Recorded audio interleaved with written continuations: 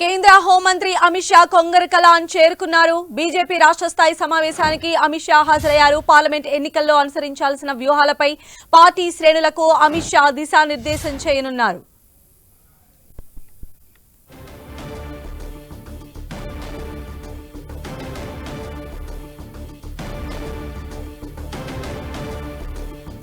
కేంద్ర హోంమంత్రి అమిత్ షా కొంగరకలాన్ చేరుకున్నారు. బీజేపీ రాష్ట్ర స్థాయి సమావేశానికి అమిత్ షా హాజరయ్యారు. పార్లమెంట్ ఎన్నికల్లో అనుసరించాల్సిన వ్యూహాలపైన పార్టీ శ్రేణులకు అమిత్ షా దిశానిర్దేశం చేయబోతున్నారు.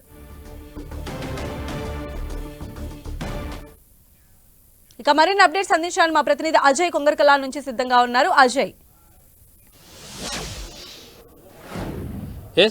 బీజేపీకి సంబంధించినటువంటి రాష్ట్ర స్థాయి సమావేశ పరిసర ప్రాంతాలకు కేంద్ర హోంశాఖ మంత్రి బీజేపీ అగ్రనేత చేరుకున్నారు. మరి కాసేపట్లో ఏదైతే రాష్ట్ర స్థాయి సమావేశాన్ని ఉద్దేశించి ఆయన ప్రసంగించబోతున్నారు. ఇప్పటికే ఈ రాష్ట్ర స్థాయి సమావేశంలో ఒక రాజకీయ తీర్మానాన్ని ప్రవేశపెట్టడం జరిగింది. పార్లమెంట్ ఎన్నికల్లో మోడీ విజయం చారిత్రక అవసరం అంటూ కూడా ఈ రాష్ట్ర స్థాయి సమావేశంలో ఒక తీర్మానాన్ని ప్రవేశపెట్టినటువంటి పరిస్థితి మనం చూసుకోవచ్చు.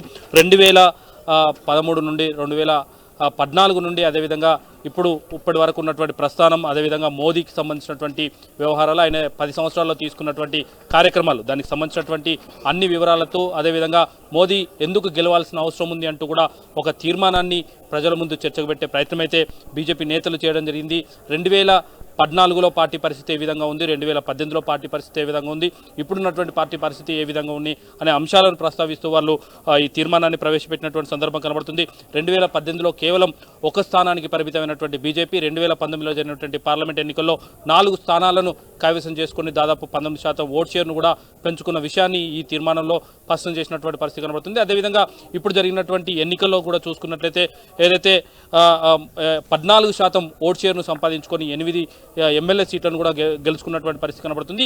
ఇప్పుడు రాబోయే పార్లమెంట్లో కూడా ఇది మల్టిపుల్ అయ్యే అవకాశాలు ఉన్నట్టుగా కూడా బీజేపీ నేతలు అయితే చెప్తున్నటువంటి సందర్భం కనబడుతుంది. దాదాపుగా ఇప్పుడు ఏదైతే ఎన్నికల షెడ్యూల్ విడుదల కాకముందే దాదాపు 27% బీజేపీకి వైపు మొగ్గు చూపుతున్నారు ప్రజలు. నరేంద్ర మోదీని మరోసారి ఎంచుకునేందుకు ప్రజలు ఆశాభావం వ్యక్తం చేస్తున్నారంటూ ఒక అంశాన్ని అయితే ఈ తీర్మానంలో ప్రవేశపెట్టడం జరిగింది. కొద్దిసేపటి క్రితం ఈ బీజేపీ నేత ఈటల రాజేందర్ మాట్లాడుతూ ఇదే అంశాన్ని కూడా స్పష్టం చేసినటువంటి సందర్భం కనబడుతుంది. ముఖ్యంగా రామ మందిర నిర్మాణానికి సంబంధించినటువంటి అంశాలు అయితేనేమి, కాశ్మీర్లో 370 ఆర్టికల్ రద్దుకు విషయానికి సంబంధించిన అయితేనేమి, అలాగే ఇలాంటి అనేక అంశాలను ప్రస్తావిస్తూ రాజకీయ తీర్మానాన్ని అయితే వాళ్ళు చెప్పినటువంటి పరిస్థితి కనబడుతుంది. అయితే విజయవంతంగా ఆజాదీ కా అమృత్ మహోత్సవ్ ఏదైతే 75 సంవత్సరాల స్వాతంత్ర దినోత్సవాన్ని కంప్లీట్ అయినటువంటి సందర్భంగా స్వాతంత్ర దినోత్సవాలకు సంబంధించి ఎలాంటి కార్యక్రమాలు చేయడం జరిగింది, G20 సమావేశాలు నిర్వహించిన విధానాలకు సంబంధించి అభినందిస్తూ కూడా ఈ తీర్మానాలను ప్రవేశపెట్టినటువంటి సందర్భం కనబడుతుంది. కోవిడ్ విపత్తు సందర్భంగా కేంద్ర ప్రభుత్వం వివరించిన తీరు,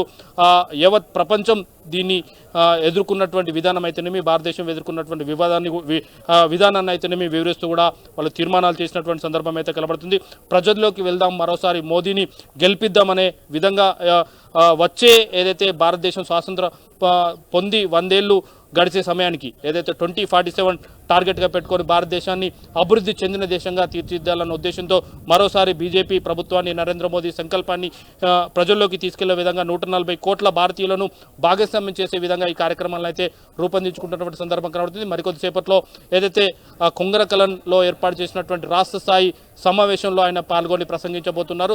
ముఖ్యంగా ఇటీవల 32 అంశాలను ప్రస్తావిస్తూ నరేంద్ర మోదీ చేసినటువంటి ఏదైతే అంశాలు ఏవైతే ఉన్నాయో వాటిని అన్నింటి కూడా ఇక్కడ రాష్ట్ర స్థాయి సమావేశంలో వారందరూ కూడా వివరించే అవకాశం అయితే కనబడుతుంది. దేశ ప్రగతిలో మన తెలంగాణ పాత్ర ఏ విధంగా ఉండాలి, ఇక్కడ ఉన్నటువంటి సముచిత పాత్రకు కావాల్సినటువంటి అవకాశాలు ఏ విధంగా ఉన్నాయి, ఇక్కడ మోదీ పథకాలు ఎలా ప్రయోజనాలు పొందారు, చారిత్రాత్మక విజయాలు, సాహసోపేత నిర్ణయాలు, అదేవిధంగా అభివృద్ధి కార్యక్రమాలను ఇంటింటికి తీసుకెళ్లి ప్రచారం చేయడం ద్వారా, ఆయా కార్యక్రమాలను ప్రజల్లోకి తీసుకెళ్లడం ద్వారా ప్రజలను బీజేపీ వైపు తిప్పుకునే ఉద్దేశంతో కూడా పార్టీ నేతలైతే ఉన్నటువంటి సందర్భం కనబడుతుంది.